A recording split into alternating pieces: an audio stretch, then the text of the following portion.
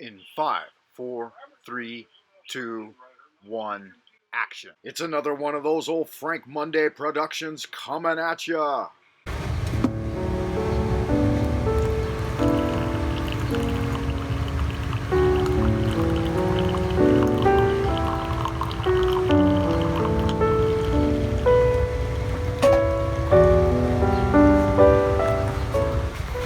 Alright, y'all good looking sexy people out there in fucking YouTube land. Hope you're doing alright today. A little update from the Central Kingdom coming at you. Today is Friday, May 8th, 16th day of the 4th month of the Chinese lunar calendar. And there are 178 days to the United States presidential election. That's not long. Of course, it is in fact time for a cup of coffee and a hot dog with Frank Monday. That is delicious. So Friday's the day of Venus. It's always a good day to do a little review on the Terra. Arthur Edward Wyatt, profound student of the occult. He was a member of the Order of the Golden Dawn and made the Terra accessible to the modern day reader.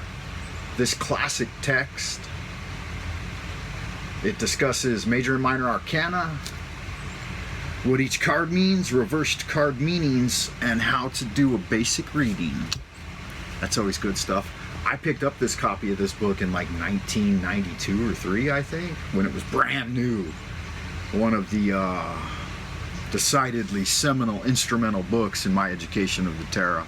The American edition was printed in 1992. I remember where I got it too. It was at the La Mesa bookstore. Cost me $5.95 at the time. Damn, that was cheap.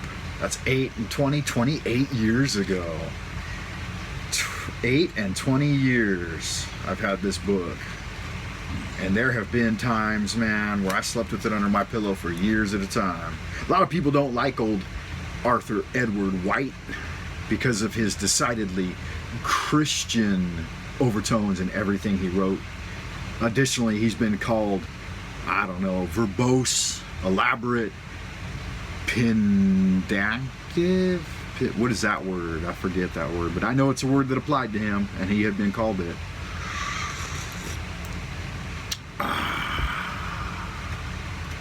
I revisit it time to time, and I still find a lot of life in it.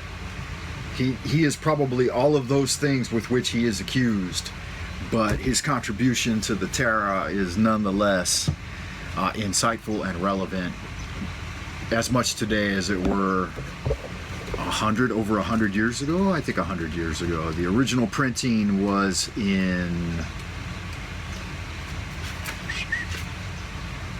1910, so it's been 110 years. But the Terra itself is hundreds of years old, at least. Some might even date it back to ancient Chinese origins and say that it's thousands of years old. At least the art of divination is. Might need to get my hat and coat on to make videos in the future. I don't think this hairstyle is YouTube appropriate.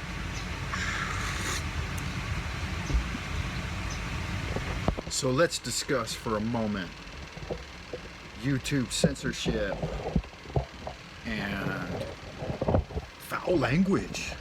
I heard that there's a censorship coming down the pipes, denoting foul language as forbidden on the YouTube format.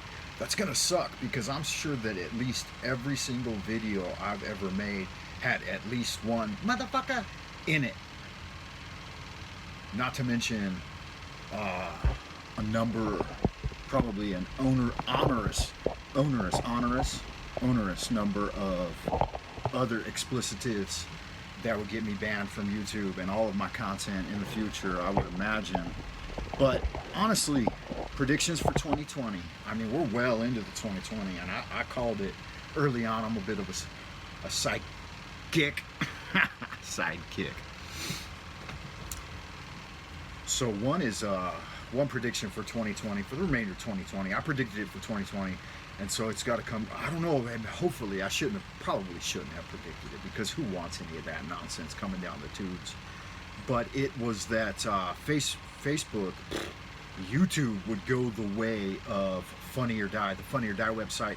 You guys have probably never, I don't know, none of you probably know anything about it, but it was started by Will Ferrell, and it was a place where stand-up comedians could upload their content for free and then get either voted funny or die. And if your shit was funny, people would funny it, and if they didn't like it, they would hit die.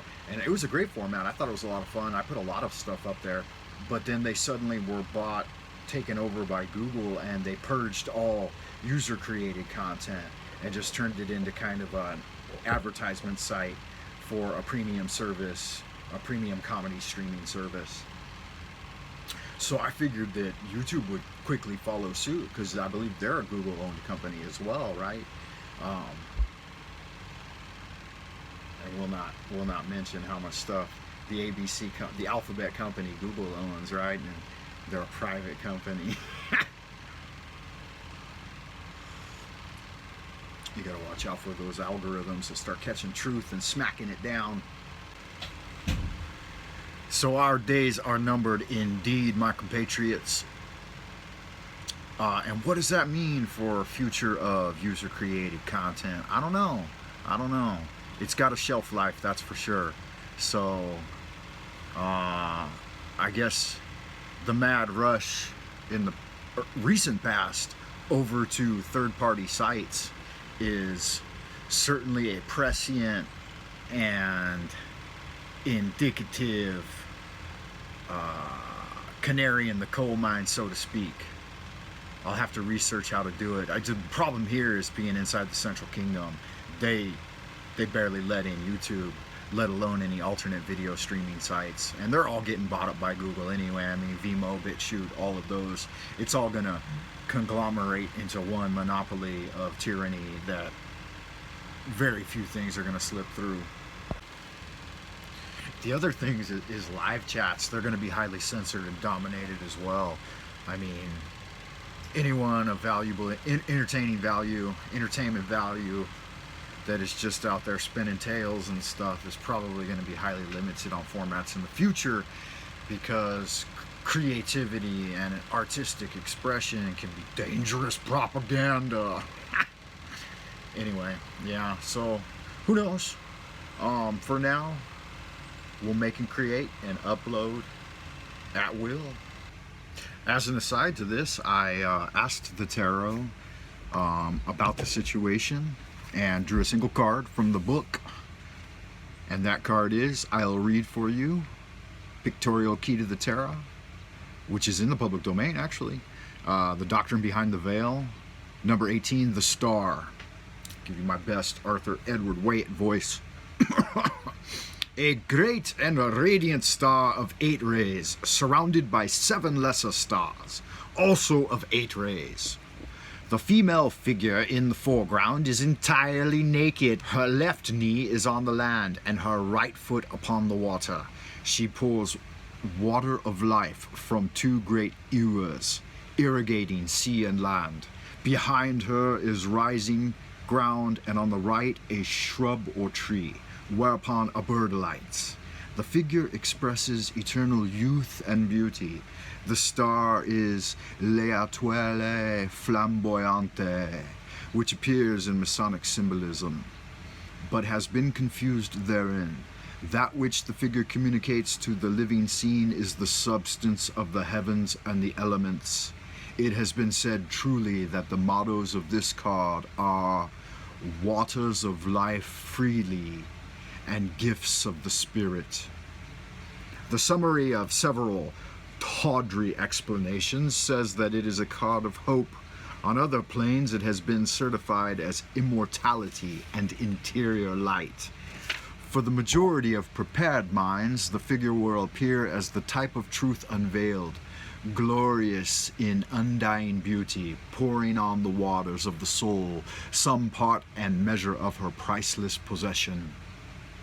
But she is in reality the great mother in the Kabbalistic Sephira Bina, which is supernal understanding, who communicates to the Sephiroth that are below in the measure that they can receive her influx.